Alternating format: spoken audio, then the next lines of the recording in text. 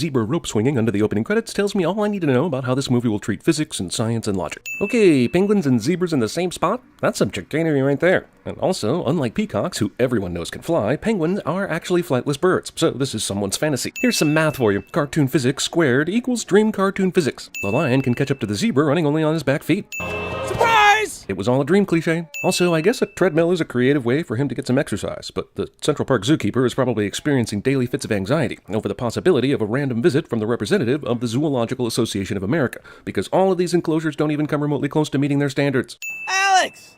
Do not interrupt me when I'm daydreaming! This zoo was apparently designed on a decommissioned mini golf course where they just installed a few 3-foot fences and decided that was enough. Hoof mill? Is there a whole line of athletic equipment for animals in this universe? What's your mouth for? Right here.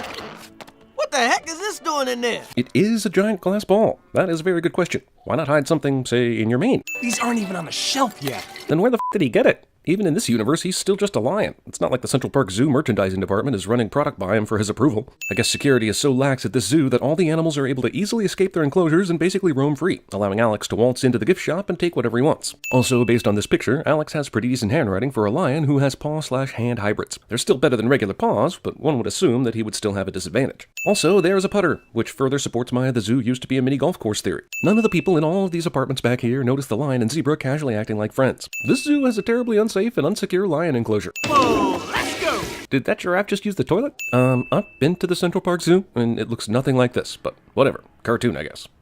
This monkey fishes out coffee, a newspaper, and a bagel without even looking down at the trash can. This speaks either to the hyper-intelligence of this monkey, or the extreme predictableness of the general American zoo visiting public. Also, the zoo just opened, so the janitor didn't empty the trash last night. Nice job, dude. Ziploc fresh! This is such a random brand shout-out, I wonder if Ziploc helped underwrite this movie. So this lion display is the lion standing on 2 feet on a pedestal, posing, surrounded by fireworks? That's actually incredible. I can't tell, is that blue steel? Given the context, it's probably La Tigra. Man, I wish the animals at my local zoo did cool stuff like this. They mostly hide, which is why a standard zoo visit for me is basically I Spy. Sexy hippo ripoff from Fantasia. Add plus one more sin for making me write the word sexy hippo. After this picture was taken, I bet that MRI tech said to the photographer, "Excuse me, but there should be no electronic equipment near the MRI." And the photographer replied, "But it's outside, sitting in the grass. That can't be good for it either." Then the technician laughs slightly, snaps his neck, and drags him off. We've broken our last shovel. They've tunneled through concrete with a common plastic spoon? Just give them their freedom. They f***ing earned it, no? Movie devotes too many seconds to fart noises. There is no visible reason Marty is able to hold anything. He's definitely past Mr. Ed on the anthropomorphism of equine scale, but he's clearly not at the BoJack Horseman level of being able to hold stuff. What continent is this? Manhattan. Even zebra New Yorkers think that they are so important that their island qualifies as a continent. I hope that person who threw that underwear is from another country, and his only exposure to American culture was a Tom Jones concert he once went to, and he is under the impression that Americans just throw underwear at anyone who is receiving praise. So each animal gets a personalized meal, served by their own separate chefs, and displayed on a literal silver platter made in their image. How much is admission to this f***ing zoo? Did he not get an actual dinner like the rest of them? This zoo may be actively trying to kill this giraffe. Are we sure this isn't the Copenhagen Zoo? You Look like a monkey. you smell like 1, 2. I say. A monkey, like their colleagues at the zoo? It's not just the penguins. All the animals here are racist. This is a highly refined type of food thing. You ever thought there might be more to life than steak, Alex? Alex temporarily forgets what steak was called. Is that a giant steak? As big as a lion's head? Or is this a weirdly small lion? What's eating him? All the stuff Marty just spelled out literally seconds ago is what's eating him, but later it will be Alex. Not gonna find a star like that in the wild. Helicopter. This helicopter appears out of nowhere and is stationary until Marty says what it is. Maybe this is one of San Andreas' magical helicopters that can do impossible things. The f***? Do they all have their own light switches? Clap on heater. Marty turned off the ambiance with a reverse Fonzie. Why is Zebra the only zoo inhabitant with tons of light on him during this pullback shot? You suck your thumb? Better question, you have thumbs? You know how I have the bladder infection and I have to get up every 2 hours? Well, You know how I have a giant bruise on my head from you beating me with the fact that Melman is debilitatingly ill? I've been trying to avoid commenting on the way these characters look, because they're clearly stylized and I don't find anything wrong with that, really. I don't. But Melman's neck is too far from actual giraffe anatomy. I feel like I'm looking at a giraffe who has broken his neck. Maybe that's why he's so sick all the time. I know that's right. She's not just a hippo, she's the sassy black hippo friend. Saturday Night Fever existed. That's the whole joke. It wouldn't surprise me if Gloria was in the next Avengers movie. Maybe she can take over for Hawkeye. Hawkeye. My aunt's constipation. Let's just go ahead and add 7 sins for every other terrible poop and pee joke in the movie. If you have any poo. it's gas. Wipe yourself with a leaf? It's not a latrine. You're biting my butt! Oh, Gloria. That was not me. Zebra finds the only time Rockefeller Center skating rink is empty but still lit up like it's open. If it wasn't a cartoon, I'd make this 2 sins. Finally, some people see these fucking animals. Sadly, it's too late to keep the plot from happening. Yeah, that's right, a zebra. Right in front of me. Can I shoot it? America. Can I shoot it? Well, that depends on if it's a white zebra with black stripes or a black zebra with white stripes. Grand Central Station. It's grand, and it's central. And it's a station. How invested in the physics of this cartoon should I be? I thought only the animals were stereotypical cartoons and their abilities, but here we have an old lady with super strength. Guys, we're running out of time. You know what would make this funnier? If he had a giant claw. Oh, he does. Great. Several large and potentially deadly animals have escaped from the zoo. And they send in the entire NYPD, the fire department, and just the most frightened guy from animal control. So are they in reality on all fours just roaring, and they just think they're standing upright? Or do the humans notice that they're You know what? Animated movie with ambiguously defined rules. In Madagascar 4, we learn that Alex is addicted to tranquilizers and has forever been chasing his first high. The boxes become conveniently lit when each animal starts talking. I have an appointment with Dr. Goldberg at Melman. 5. The stock paranoid nebbish character, provided by David Schwimmer. Presumably, they didn't want Woody Allen anywhere near a children's movie. This movie expects me to believe that they ship animals in Ark of the Covenant crates. Some more math. Penguins times 4 equals Liam Neeson. Person can't hear anything because they're wearing headphones cliché. Why are they going all the way around Africa? Wouldn't it be faster to just use the Suez Canal and come from the north? I'm actually curious. Any sailors in the house? Okay, they fell off the ship right at Madagascar. Okay, fine. But only their 4 crates fell off the ship right here? Seriously? That's implausible as hell. Somehow, after being tossed by all these waves, Alex's box still has no water in it. I mean, he should be dead at the ocean floor at this point, no? DreamWorks has an unhealthy obsession with putting large quantities of things in its characters' mouths. Alex doesn't think to pull him out by his feet, thus manufacturing some more slapsticky situations. None of the other animals were exposed to water in their crates, but Gloria had access to these sea creatures. Alrighty, boys, fun's over. Do I even want to know what the fun was? This zebra either already knows how to surf and commune with dolphins, or learn that shit on the fly. Either way is sin. Do sea creatures live by different rules than land mammals? Why can't the dolphins talk? This is seriously out of control. It has been all of 22 seconds since the last pop culture reference. What could be worse than San Diego? Almost any American city, at least if the weather is a factor. But there's music, there's people. Or hyper-intelligent lemurs with a stereo. One of the two. Alex turns into Dick Van Dyke for a second. One of the pilots who crash-landed on Madagascar only had 1 CD on his plane. Reel to Reel, dooming these lemurs to be obsessed with reggae fusion house music from 1993. The Fusas have a caveman-like level of speech, while the lemurs are able to speak as well as the main characters. Those Fusas may be dumb, but they really know how to prepare a salad. So do you have any live people?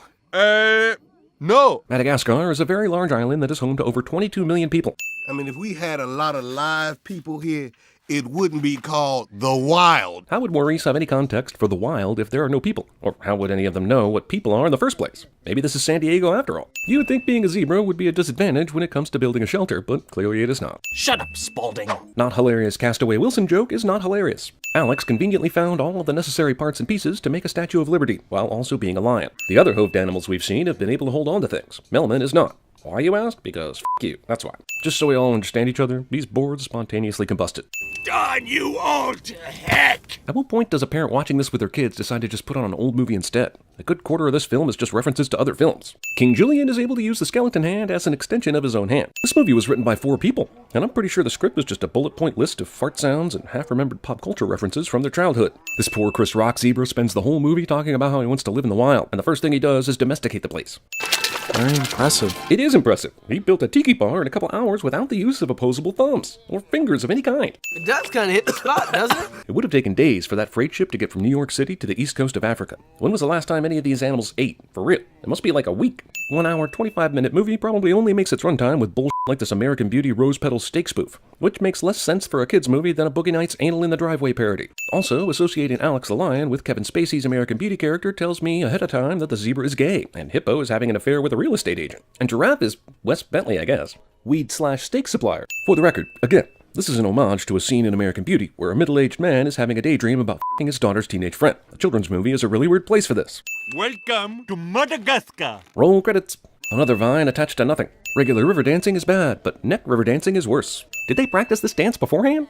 Oh, no, I really don't think I could. Okay. Acting like you don't want to do something, then suddenly saying you want to do it because you really wanted to do it the whole time cliché. This heretofore totally tamed lion suddenly has feral instincts just because he's hungry and the plot needs a jumpstart. Excuse me? You're biting my butt!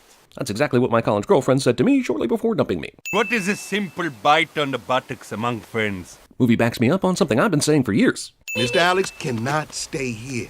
He belongs with his own kind. That's racist. Gotta admit, I'm only half paying attention at this point, but are these two things here walking stakes with legs and mouths? Oh hell, it's possible I ingested heroin without realizing it. Or Lion did. Marty, run! Lion is tricked into hunting his Central Park Zoo zebra buddy, because honestly, I wasn't paying attention. A chopped rerun caught my eye for a moment, and when I came back to the movie, this was going on, and I felt compelled to sin it despite my personal ignorance. Of course, the lion survives this. He's voiced by Ben Stiller. You didn't think such a character was capable of death, did you? These zoo animals learn some hard lessons about the food chain, and while it's humorous, it's still largely filler for an animated movie with almost zero plot. Well, this kind of makes saving him in the last scene completely pointless. Also, this movie wants to imply life or death consequences, but only has the balls to do so via the death of an unimportant, non-beloved character. Melman's dreams are coming true. Since it's clear the penguins can make things appear out of nowhere, why didn't he summon a more useful writing utensil, like a pen or a pencil? Also, he can't read, but he can write? Clearly not. Alex the lion is still seeing steaks everywhere. Did we ever get a reason on that bullshit? Also, why are all these steaks so happy about being eaten in the near future? Great big part of it. Alex doesn't immediately eat Marty. What's going on again? I was only out of the room for however long it takes to pee. Is this the most forgettable, successful animated movie ever? I think it might be. The Fusaws may be savages, but they are really into their garnishes. Alex? I'd call this an Alex the Lion Ex Machina moment if the entire freaking movie hadn't been obviously building to this point all along. Are fish not anthropomorphic? The spider was. His heart is bigger than his stomach. And that's the story of how Alex the Lion decided to slowly starve to death rather than hurt his friends. The end. Maybe we could make a few side stops along the way. He said side stops, but what he meant to say was sequels.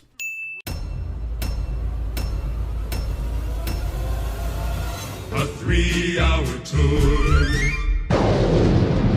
The weather started getting rough. The tiny ship was tossed. If not for the courage of a fearless crew, the minnow would be. This is your emergency broadcast system. Commencing at the siren, any and all crime will be legal for 12 continuous hours. You know what the Ukraine is? It's a sitting duck. A road apple, Newman. The Ukraine is weak. It's feeble. Ow! You're crazy, man. You're crazy. Now who'd like a cookie? Let's go to eat a damn snack. It's the circle of life.